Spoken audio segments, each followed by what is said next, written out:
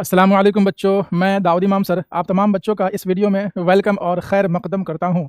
तमाम बच्चों के लिए खुशखबरी है, खासकर वैसे बच्चे जो क्लास 12th में हैं और उर्दू के बैच के इंतज़ार में थे, तो आप लोग तैयार हो जाइए क्योंकि हमारे यहाँ ऑफ़लाइन न्यू बैच लॉन्च हो रहा है और ये स्पेशली क्लास 12th वालों के लिए है।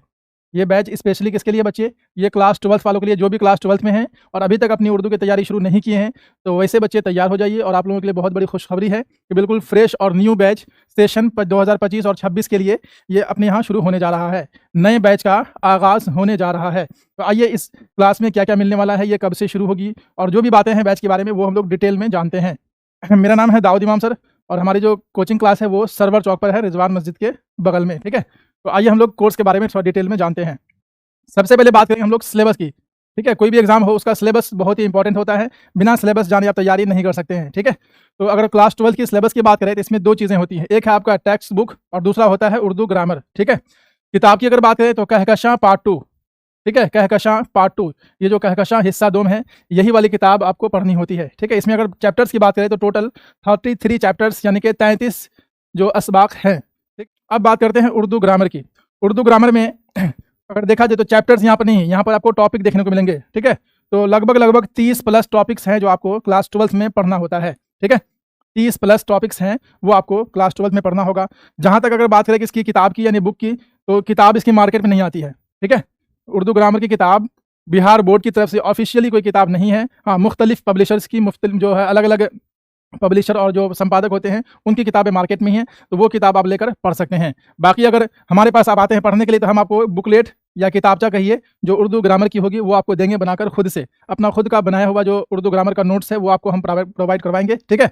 उर्दू ग्रामर का नोट्स ये आपको हम प्रोवाइड करवाते हैं अपने यहाँ, तो इस नोट्स से भी आपका काम चल जाएगा। बाकी किताब अगर लेनी हो तो मार्केट में बहुत सारी किताबें अलग-अलग पब्लिशर्स की हैं, वो भी आप ले सकते हैं, वो भी बहुत फ़ायदा पहुँचाता है। हाँ, बिहार बोर्ड की तरफ से ऑफिशियली कोई कवायद की किताब अपने यहाँ अभी अवेलेबल नहीं है, वो नहीं आती है। बस एक किताब ही आती है क्लास 12th में जो कहकशां हिस्सा 2 में, ठीक है? तो ये आपका बिहार बोर्ड का ऑफिशियली है, ये आपको लेना ही पड़ेगा। कवायद में आप कोई भी किताब ले सकते हैं, नहीं तो हम जो आपको नोट्स देंगे उससे भी आपका काम चल जाएगा। अब यहाँ पर हम लोग देखेंगे एग्ज़ाम के पैटर्न को कि एग्ज़ाम का पैटर्न क्या रहता है।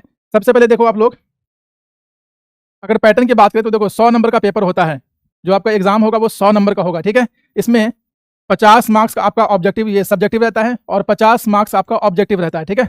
ऑब्जेक्टिव में क्या है तो उर्दू ग्रामर और बुक दोनों से मिलाकर आपको सवाल आएंगे। बात करें अगर ग्रामर की यानी कि कवायद की, ठीक है?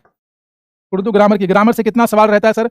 तो ग्रामर से मान के चलिए 20% क्वेश्चन आपको ग्रामर से देखने को मिलेंगे, ठीक है? और बुक जो आपका है किताब से आपको लगभग 80% सवाल रहते हैं, ठीक है?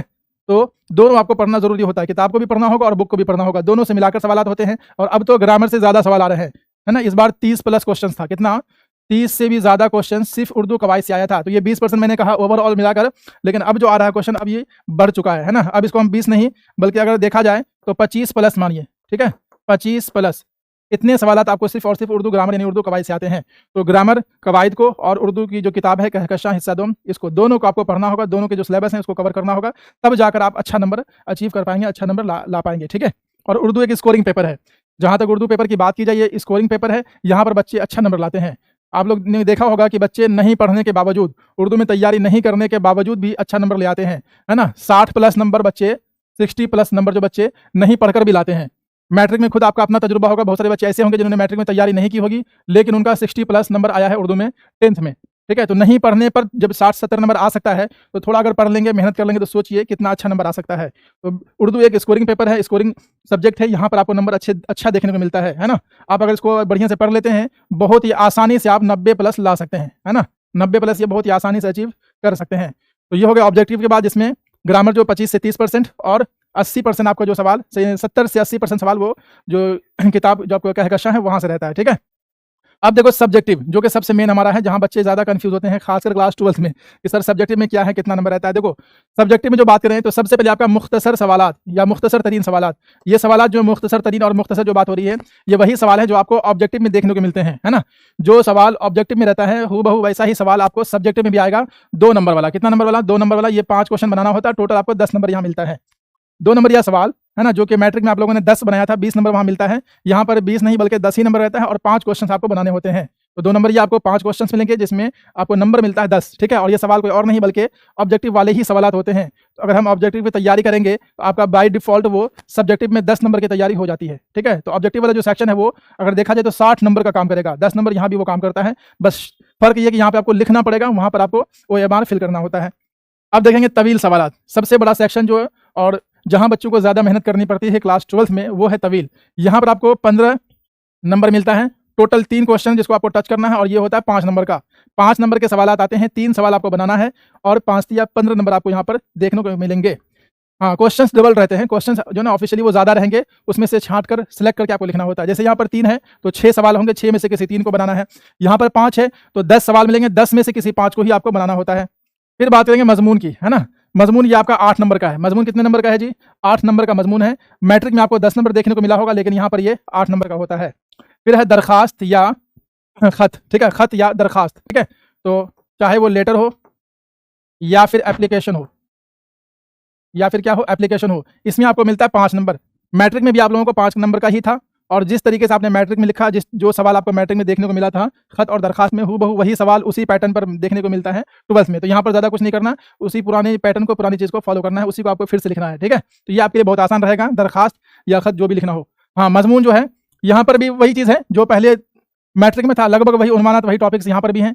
तो ये दोनों आपका समझे कॉमन है, मैट्रिक और इंटर, है ना। 12th में और 10th में ज़्यादा कुछ फर्क नहीं, मजमून और खत एक जैसा ही रहता है। बस ये आपका मजमून 8 नंबर का रहेगा और खत या दरखास्त 5 नंबर का रहेगा। अब एक चीज़ है शेर की तशरीह, है ना, शायरी की तशरीह, यानी कि कोई भी शायरी आपकी किताब से दे दिया जाएगा और उसकी तशरीह करनी है, उसको डिफाइन करना है, उसकी परिभाषा लिखनी है, ठीक है। यहाँ आपको 4 नंबर मिलेगा। यहाँ पर 2 शेर आपको तशरीह करनी है, 2 शेर की, और ये 2-2 नंबर का होता है, तो टोटल आपको यहाँ पर 4 नंबर देखने को मिलेगा, ठीक है। 2 शेर की तशरीह करनी है और हर शेर पर 2 नंबर मिलता है, तो ये 4 नंबर हो जाएगा, ठीक है।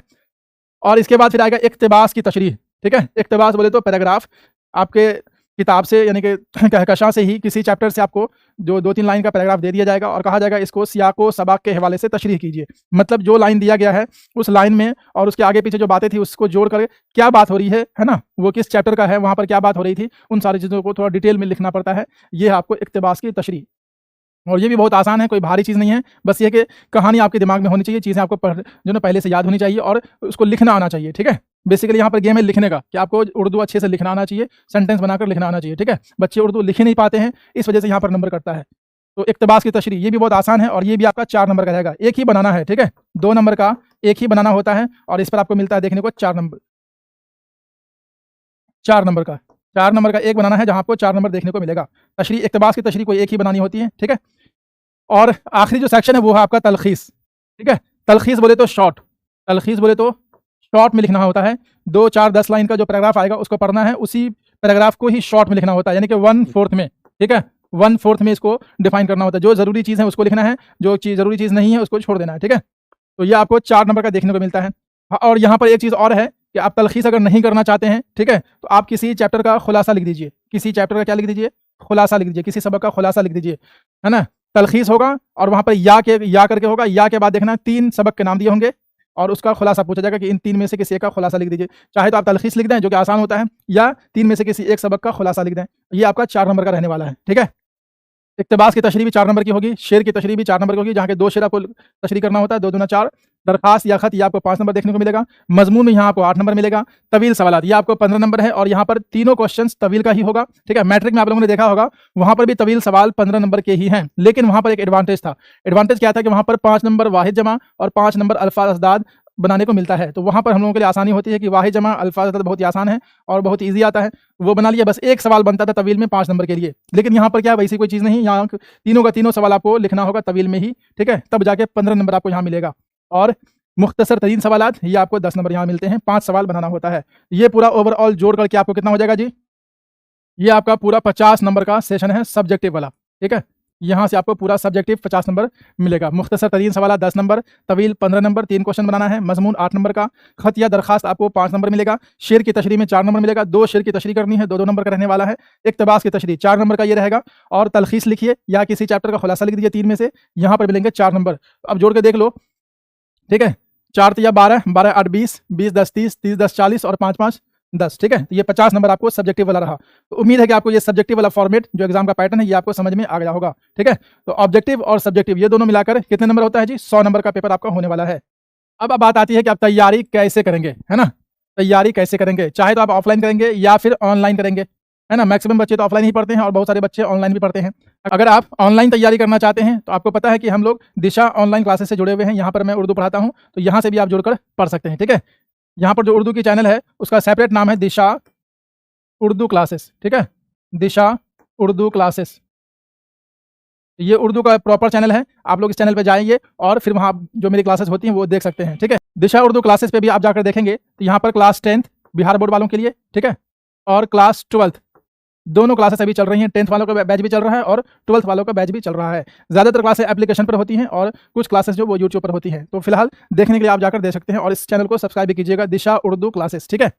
अब बात करेंगे हम लोग ऑफलाइन की, कि अगर आप लोग ऑफलाइन पढ़ना चाहते हैं तो आप हमारे यहाँ यानी कि DI उर्दू क्लासेस में आकर पढ़ सकते हैं, ठीक है? DI मतलब ये दाऊद इमाम, ठीक है? मेरे ही नाम पर है, तो DI उर्दू क्लासेस यहाँ पर ऑफलाइन बैच चलता है और ये वाली क्लास, ये वाली बैच भी यहीं पर शुरू होने वाली है। तो यहाँ पर आकर, ठीक है, ऑफलाइन आप हमसे पढ़ सकते हैं, ठीक है? तो ये हो गई बात। अब है DI उर्दू क्लासेस, इसका लोकेशन क्या है, इसका एड्रेस क्या है, कहाँ पर ये क्लास आपको मिलेगी? तो देखिए लोकेशन है सरवर चौक नियर रिजवान मस्जिद, ठीक है? नियर रिजवान मस्जिद, माधोपाड़ा, पूर्णिया, बिहार।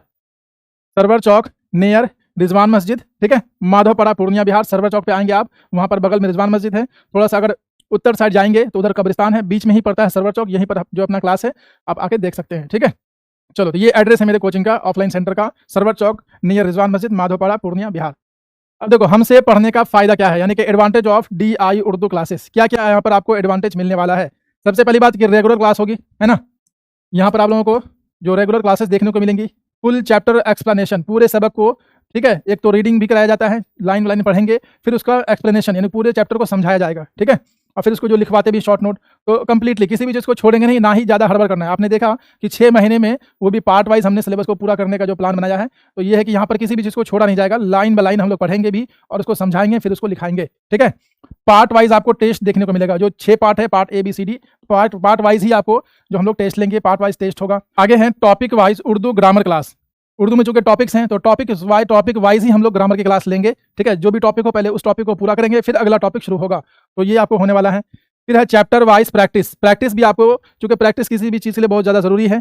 सिर्फ सिलेबस पूरा कर लें, प्रैक्टिस करें ही नहीं, रिवीजन करें ही नहीं, तो फिर वो ज़्यादा फायदा नहीं पहुंचाता है। तो सिलेबस पूरा करने के साथ साथ आपको रिवीजन भी करना है और चैप्टर वाइज प्रैक्टिस भी करना है। इसके लिए आप लोगों को इसके लिए हम जो आपको प्रैक्टिस सेट भी प्रोवाइड करवाएंगे, ठीक है? प्रैक्टिस सेट चैप्टर वाइज ये भी आपको मिल जाएगा, तो ये आपको देखना है।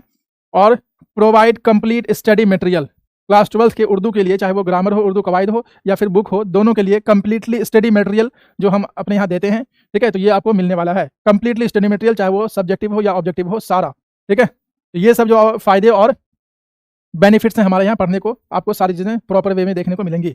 इसके अलावा एग्जाम से पहले एक टेस्ट सीरीज भी हम लोग लाएंगे, ठीक है? क्या लाएंगे जी? Test series. क्या होगा इससे आपकी जो ना तैयारी कैसी हुई है वो आपको पता चल जाएगा, है ना? आप किस दर्जे पे हैं, अभी आपकी जो लेवल क्या है और कितनी तैयारी करनी है। एक तरह से ये आईना है जो आपको आपकी तैयारी को एग्जाम से पहले ही दिखा देगा, ठीक है? तो ये टेस्ट सीरीज बहुत ही इंपॉर्टेंट होता है किसी भी एग्जाम के लिए, तो टेस्ट सीरीज भी आपको हम देंगे इसी कोर्स में, ठीक है? विदाउट किसी कॉस्ट के, बिल्कुल इसी कोर्स में ये भी इंक्लूड रहेगा। आइए आगे हम लोग जानेंगे कि क्लास स्टार्ट कब से होने वाला है। तो यहाँ पर आप लोग डेट याद रखेंगे कि ये क्लास आपकी 20 तारीख से शुरू होने वाली है, 20 तारीख से, यानी कि 20 मई, ठीक है? 20 मई से आपकी ये क्लास शुरू हो जाएगी, ठीक है? 20 मई। इस क्लास का ड्यूरेशन क्या है, कब तक ये क्लास चलेगा? तो ये क्लास आपका एग्जाम तक चलने वाला है, जब तक आपका एग्जाम नहीं हो जाता है, ठीक है? तब तक ये क्लास चलेगी, एग्जाम तक इसका ड्यूरेशन है। अभी आप ज्वाइन करेंगे तो एग्जाम तक हम ये क्लास आपको देने वाले हैं, है ना? भले ही सिलेबस पूरा हो जाए उसके बाद भी आप रह सकते हैं, फिर इसके बाद क्रैश कोर्स शुरू होता है, रिवीजन शुरू होता है, रिवीजन करेंगे, फिर टेस्ट सीरीज होगी, तो ये सब आपको इसी क्लास में, इसी कोर्स में देखने को मिलेगा। आगे है बैच का टाइम, यानी क्लास का टाइमिंग क्या रहेगा जी? तो इस क्लास की जो टाइमिंग है वो आपको मॉर्निंग में रहेगी, ठीक है? इस क्लास की टाइमिंग क्या है? ये आपको सुबह क्लास देखने को मिलेगी, ठीक है? मॉर्निंग में इसका टाइम रखा गया है। अब मॉर्निंग में कब से कब है तो वो टाइम अभी हम इसमें नहीं बताएंगे, वो जब बच्चे लोग आएंगे उनसे मशवरा होगा, मशवरे के बाद तय किया जाएगा कि टाइम क्या रखा जाए। इवनिंग में एक क्लास अभी ऑलरेडी चल रही है, ठीक है? इवनिंग टाइम में एक क्लास 12th की जो ऑलरेडी वो अभी चालू है, रनिंग में है, जिसका टाइम है 5 से 6, ठीक है? 5 से 6 अभी एक क्लास इवनिंग में ऑलरेडी चल रहा है, तो इवनिंग में एक बैच अपने पास है, इसमें भी आप ज्वाइन हो सकते हैं, अभी जगह है। और एक न्यू बैच जो शुरू होगा वो होगा मॉर्निंग में, जिसके बाद अभी हो रही है, ठीक है? अब फाइनली हम लोग आते हैं कोर्स फी की तरफ, कि इस कोर्स का फी क्या होना चाहिए, कितना फी रखा गया है, ठीक है? तो जल्दी से देख लो कोर्स की फी की जहाँ तक बात है, ठीक है? फुल कोर्स फीस का है 3000 रुपया, ओनली 3000 रुपये इसका फुल कोर्स है। बाकी ऑफर प्राइस अभी हम लोग देंगे, ठीक है? ऑफर प्राइस क्या रहेगा, कितना मिलेगा, ये आप जब आएंगे हमारे सेंटर पर हमसे बात होगी तब आपको बताया जाएगा कि ऑफर प्राइस क्या है, ठीक है? बाकी अगर कुछ और जानना हो, कुछ पूछना हो तो आप हमसे कॉन्टैक्ट कर सकते हैं। नंबर लिख लीजिए 92 34 78 50 15, ये मेरा कॉन्टैक्ट नंबर है, इसको आप लोग सेव कर लीजिए। इस पर आप लोग बात कर सकते हैं, ठीक है। 92 34 78 50 15 9234785015, ये कॉन्टैक्ट नंबर आप लोग सेव कर सकते हैं, ठीक है। तो यहीं पर ये वाली जो सेशन है कंप्लीट होती है। इसमें बेसिकली हम लोगों ने ऑफलाइन बैच के बारे में जाना जो क्लास 12th उर्दू के लिए है, और ये 20 तारीख से शुरू होने वाली है। तो जो भी जानकारी हो आप हमारे नंबर पे बात कर सकते हैं। मिलते हैं फिर हम लोग अपने क्लास में। Thank you so much.